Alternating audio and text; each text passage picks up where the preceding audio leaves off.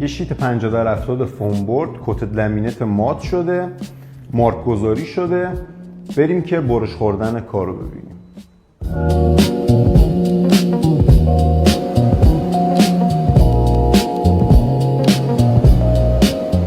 خب این شیت 50x70 هم برش خورد.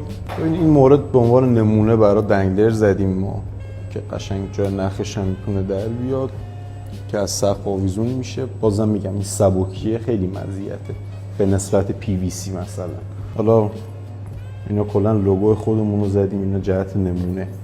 این ولی خیلی جذابه. حالا این پایه‌اش رو معمولا با چسب دو طرفه میچسبونیم رو هم که ضخامتی بده. اینم باز دوباره با چسب دو طرفه میاد رو هم، ضخامت 1 سانت رو بهمون میده و داخل این پایه قرار میگیره. این مورد خاص خیلی میتونه کاربرد داشته باشه، هم برای منو، هم برای یه سری سمینارها که میشه برای استندای رومیزی. حالا دیگه بسته به استفادهش خودتون میتونید ازش خروجی بگیرید.